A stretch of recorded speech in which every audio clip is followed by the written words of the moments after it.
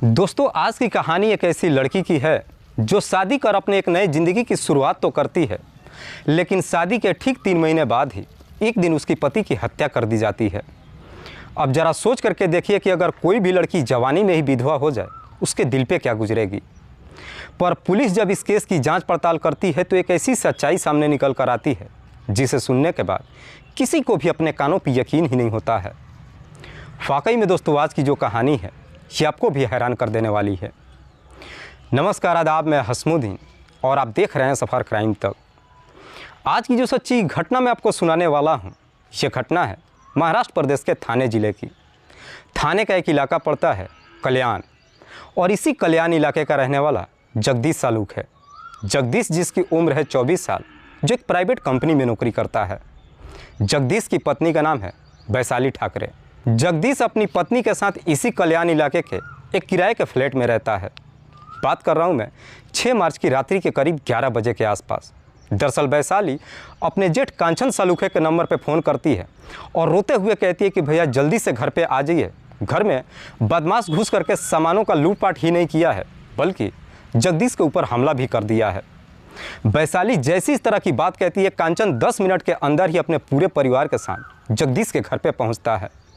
घर के अंदर एंट्री करता है तो देखता है कि जगदीश बेड पे पड़ा हुआ है और उसकी पत्नी वैशाली उससे लिपट करके चीख चीख करके रो रही थी। कांचन अपने भाई को जैसे ही इस हालात में देखता है, तुरंत ही उसे उठा करके नज़दीकी हॉस्पिटल में लेकर जाता है। लेकिन डॉक्टर जब जगदीश को चेक करते हैं तो मालूम चलता है कि जगदीश की रास्ते में ही मौत हो चुकी है। इसलिए डॉक्टर इस बात की जानकारी नज़दीकी थाने में दे देते हैं। इधर पुलिस को जैसे ही सूचना मिलती है, पुलिस तुरंत ही अपने टीम के साथ हॉस्पिटल में पहुंचती है और सबसे पहले डेड बॉडी को चेक करती है। तो मालूम चलता है कि जगदीश के गले पे एक हल्का सा निशान दिखाई देता है। पुलिस सबसे पहले डेड बॉडी को अपने कब्जे में लेकर उसे पोस्टमार्टम के लिए भेज देती है और फिर जगदीश की पत्नी वैशाली से पूछताछ करती है। लेकिन वैशाली की स्थिति उतनी अच्छी नहीं होती है जिससे वैशाली पुलिस के सवालों का जवाब दे सके। इसीलिए पुलिस वहां से सीधे वैशाली के घर पे जाती है, जाकर के घटनास्थल की मुआयना करती है और फिर उसके बाद थाने में आ जाती है। अगले दिन पुलिस वैशाली को थाने में बुलाती है और वैशाली से इस पूरे वारदात के बारे में पूछताछ करती है। वैशाली पुलिस वालों से कहती है कि साहब, कल मेरे पति हर रोज़ की तरह शाम के करीब 8 बजे के आसपास जब ड्यूटी से घर आ रहे थे, मैंने उनसे बोला था कि सब्जी लेते आना, लेकिन वो शायद भूल गए थे और घर पे पहुंच गए। इसीलिए मैं खुद मार्केट में गई और करीब 10 बजे के आसपास सब्जी लेकर जब मैं अपने घर पे आई तो देखी कि घर का सारा सामान जहाँ तहाँ बिखरा पड़ा हुआ था और मेरे पति बेड पे काफ़ी गंभीर अवस्था में पड़े हुए थे। जैसे ही मैं इस तरह की नज़ारा देखी, तुरंत ही इस बात की जानकारी अपने जेठ कांचन सालूखे को दी। वैशाली जब ये सारी बातें पुलिस को बताती है, ना जाने क्यों पुलिस को वैशाली के बातों पर यकीन नहीं होता है। लेकिन जैसे ही एक दिन का और समय गुजरता है, जब जगदीश का पोस्टमार्टम रिपोर्ट आती है तो इस रिपोर्ट में एक बड़ा ही चौंकाने वाला खुलासा होता है। दरअसल पोस्टमार्टम रिपोर्ट में बताया जाता है कि जगदीश की गला दबा करके हत्या की गई है। जैसे ही इस तरह का रिपोर्ट आ जाती है, उसके बाद से पुलिस अब इस केस को काफ़ी सीरियस तरीके से लेती है। पुलिस फिर से वैशाली के घर पे जाती है और उसके जानने वालों से पूछताछ करती है।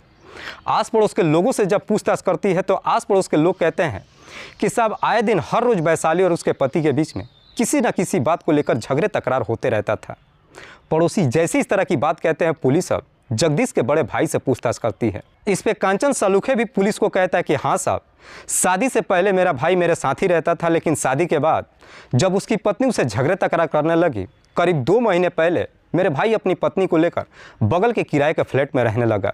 तमाम लोगों से पूछताछ करने के बाद पुलिस को कहीं ना कहीं वैशाली के ऊपर ही शक चला जाता है। इसी शक के आधार पर पुलिस अब वैशाली को अपने कस्टडी में ले लेती है और फिर उसके पति की हत्या के बारे में सख्ती से पूछताछ करती है। पुलिस जब वैशाली से तरह तरह का सवाल करना शुरू करती है, आखिरकार वैशाली पुलिस के सवालों में उलझ जाती है और मजबूर होकर अपनी सच्चाई कबूल कर लेती है। लेकिन वैशाली जब अपने ही पति की हत्या की पूरी कहानी बताती है तो वाकई में इसे सुनने के बाद खुद पुलिस भी वैशाली की तरफ देखते ही रह जाती है। जगदीश जिसके पिता का नाम है गोकुल सालूख है, जो जलगांव का रहने वाले हैं। गोकुल जो पेशे से एक किसान है। गोकुल के टोटल 2 बेटे हैं, जिसमें बड़ा बेटा कांचन और छोटा बेटा जगदीश। कांचन जो कि अपने पूरे परिवार के साथ इसी कल्याण इलाके में रहता है, तो जगदीश अपने पिता के साथ ही रहकर पढ़ाई करता है। गोकुल सोचता है कि उसका बेटा जगदीश पढ़ लिख करके उसका सहारा बने, लेकिन जगदीश जब अपनी पढ़ाई पूरी कर लेता है, जगदीश का गांव में मन नहीं लगता है। इसीलिए जगदीश भी अपने भाई के पास ही चला जाता है। कल्याण इलाके में जब जाता है, थोड़ी सी मेहनत जब करता है, आखिरकार बगल के ही एक प्राइवेट कंपनी में उसकी नौकरी मिल जाती है। नौकरी करने लगता है और अपने भाई के परिवार के साथ ही रहता है। लेकिन जैसे ही इधर जगदीश की नौकरी मिल जाती है, अब जगदीश के परिवार वाले उसकी शादी कराने के लिए एक लड़की की तलाश करना शुरू कर देते हैं। जब थोड़ी सी अपनी कोशिश करते हैं, तभी उन्हें वैशाली के बारे में मालूम चलता है। वैशाली जो मलाड इलाके की रहने वाली है। दरअसल वैशाली के पिता इस दुनिया को छोड़ के जा चुके हैं। वैशाली जो अपनी माँ और एक बड़ा भाई सतीश ठाकरे के साथ रहती है। सतीश भी अपनी बहन की जिम्मेदारी निभाने के लिए अभी तक शादी नहीं कर पाया है। गोकुल जब वैशाली को देखता है, अपनी बेटे के लिए पसंद कर लेता है, लेकिन बावजूद इसके जगदीश और वैशाली को एक दूसरे से मुलाकात भी करवाता है। वैशाली के घर पे ही जगदीश जब उसे देखने के लिए जाता है, देखकर उसे पसंद कर लेता है। उसके बाद से दोनों का ये रिश्ता तय हो जाता है। लेकिन वैशाली और जगदीश की जैसे ही रिश्ता तय हो जाती है, उसके बाद से सगाई हो जाती है और सगाई होने के बाद दोनों एक दूसरे के साथ घूमने फिरने भी लगते हैं। करीब 6 महीने का समय गुजरता है, तब तक दोनों एक दूसरे को बेहतर तरीके से जान भी जाते हैं। पर जैसे ही 6 महीने का समय गुजरता है, आखिरकार 29 दिसंबर को शादी की तारीख रख दी जाती है। शादी की तारीख जैसे ही रख दी जाती है, अब वैशाली एकदम से परेशान हो जाती है। एक दिन वैशाली जब जगदीश से मुलाकात करती है, उसे बड़े प्यार से समझाती है। कहती है कि हम दोनों के एक दूसरे के साथ घूमते हुए लगभग 6 महीना हो गया और इस दरमियान हम दोनों एक दूसरे को बेहतर तरीके से जान भी चुके हैं। इसीलिए मैंने फैसला किया है कि शायद मेरी ज़िंदगी तुम्हारे साथ नहीं गुजर हो सकती है। इसीलिए मैं चाहती हूँ कि इस रिश्ते से तुम इनकार कर दो। मैं चाहती हूँ कि तुम अपने घर परिवार वालों से जा कर के बात करो और अपने परिवार वालों से कहो कि मैं वैशाली से शादी नहीं करना चाहती हूँ। वैशाली जैसे ही अपनी दिल की बात जगदीश से कहती है, सुन करके जगदीश के पैरों तले ज़मीन खिसक जाती है। जगदीश वैशाली को समझाते हुए कहता है कि अब ये संभव नहीं है, क्योंकि शादी की तारीख ही नहीं रखी जा चुकी है, बल्कि घर पे शादी का कार्ड भी जहाँ तहाँ रिश्तेदारों में बढ़ चुका है। इसीलिए मैं इस बारे में अपने परिवार वालों से बातचीत नहीं कर सकता हूँ। जगदीश जैसी इस तरह की बात कहता है, वैशाली अब उसे धमकी देते हुए कहती है कि अगर तुमने इस रिश्ते से इनकार नहीं किया तो याद रखना, मैं जहर खा करके अपनी ज़िंदगी समाप्त कर लूँगी। जैसे इस तरह की धमकी देती है, जगदीश इस प्रकार से डर जाता है कि जब वो अपने घर पे जाता है, वैशाली की सारी बातें अपने परिवार वालों से बताता है। इधर वैशाली के परिवार वालों को जैसे ही मालूम चलता है कि वो शादी से इनकार कर रही है, अब जगदीश के साथ साथ वैशाली के घर परिवार वाले भी उसके ऊपर दबाव डालने लगते हैं। कहते हैं कि एक बार शादी हो जाने दो, जब दोनों एक साथ अपना ज़िंदगी व्यतीत करने लगोगे, दोनों एक दूसरे को समझ भी जाओगे। लेकिन वैशाली इसके लिए तैयार ही नहीं होती है। इसलिए वैशाली की माँ उसे धमकी देते हुए कहती है कि अगर तुमने ये शादी नहीं की तो मैं अपनी ज़िंदगी ख़त्म कर लूँगी। आखिरकार वैशाली अपनी माँ की जिद के सामने झुक जाती है और इस शादी के लिए हामी भर देती है। जोर ज़बरदस्ती से इस शादी के लिए हाँ तो कर देती है, लेकिन शादी के अभी 6 दिन बाकी ही थे। वैशाली फिर से एक दिन जगदीश से मुलाकात करती है और उसे कहती है कि अभी भी वक्त है, कुछ भी नहीं बिगड़ा है, तुम इस शादी से इनकार कर दो। लेकिन इस बार वैशाली जब जगदीश से कहती है, जगदीश भी एकदम से गुस्से में आ जाता है। जगदीश वैशाली को जवाब देते हुए कहता है कि यह शादी ना करने के लिए तुम बार बार मुझसे क्यों नहीं कहती हो? अगर तुम्हें शादी नहीं करना है, तुम खुद ही जाकर अपने परिवार वालों से कह दो। गुस्से में ही जगदीश वहाँ से अपने घर चला आता है। जगदीश जब वहाँ से घर चला आता है, उसके बाद से वैशाली अब सोच में पड़ जाती है कि आखिरकार वो ऐसा क्या करे कि उसे जगदीश से शादी ना करना पड़े। इधर वैशाली के दोस्तों को जब मालूम चलता है कि उसकी शादी तय हो चुकी है, उससे पार्टी मांगने लगते हैं। तभी वैशाली के दिमाग में एक आइडिया क्रिएट होता है। दरअसल शादी के करीब 4 दिन पहले ही वैशाली अपने दोस्तों को एक पार्टी अपने घर में ही देती है। इस पार्टी में जगदीश को भी बुलाती है। जगदीश रात्रि के वक्त जब वैशाली के घर पे जाता है, वहाँ पे खाना खाता है, लेकिन वहाँ से जब अपने घर के लिए निकलता है, वैशाली उसे एक टिफ़िन बॉक्स देती है। कहती है घर पे जाने के बाद इसे खा लेना। जगदीश जब उस टिफ़िन को लेकर अपने घर पे पहुँचता है और जब उसे खोलता है, उसमें से एक अजीब तरह की बदबू आती है। दरअसल जगदीश को पूरा यकीन हो जाता है कि वैशाली ने उस खाने में जहर मिला दिया है। इसीलिए जगदीश उस खाना को नहीं खाता है। पर जैसे ही 4 दिन का समय गुजरता है, आखिरकार शादी की तारीख आ जाती है और फिर वैशाली और जगदीश की शादी हो जाती है। मजबूरन वैशाली जगदीश से शादी करके अपने ससुराल तो जाती है, लेकिन ससुराल में जाने के बाद आए दिन हर रोज जगदीश से झगड़े तकरार करने लगती है। शादी के कुछ ही दिन के बाद जगदीश वैशाली को लेकर कल्याण अपने भाई के पास चला जाता है और अपने भाई के परिवार के साथ ही रहने लगता है। लेकिन वैशाली जब जगदीश के भाई के परिवार के साथ रहती है, वहाँ पे भी झगड़े तकरार शुरू कर देती है। दरअसल वैशाली जो बंधन में रहना ही नहीं चाहती थी, खुला पंछी की तरह जीना चाहती थी। उसके भाई के घर में भी रह करके जब झगड़े तकरार शुरू करती है, आखिरकार एक दिन जगदीश का भाई उसे सुझाव देते हुए कहता है कि तुम अपनी पत्नी को लेकर के किसी अलग किराए के कमरे में रहो।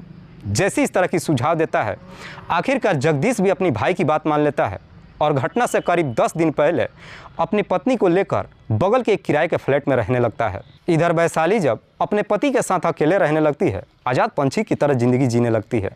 धीरे धीरे समय गुजरता है, शादी के लगभग 3 महीने का समय तो गुजर जाता है, लेकिन वैशाली जगदीश के साथ अपना जीवन व्यतीत करने के लिए कभी तैयार ही नहीं होती है। इसीलिए वैशाली अब जगदीश से छुटकारा पाने के लिए दरअसल जगदीश को हमेशा के लिए इस दुनिया से ही हटाने का तय कर देती है। उसके बाद से वैशाली अब जगदीश को इस दुनिया से हटाने के लिए एक षड्यंत्र बनाती है और इसी षड्यंत्र के तहत 6 मार्च को रात्रि के करीब 8 बजे के आसपास जगदीश हर रोज़ की तरह जब अपनी ड्यूटी से घर पे पहुंचता है, उसके थोड़ी देर के बाद वैशाली अपने घर से बाहर निकल जाती है।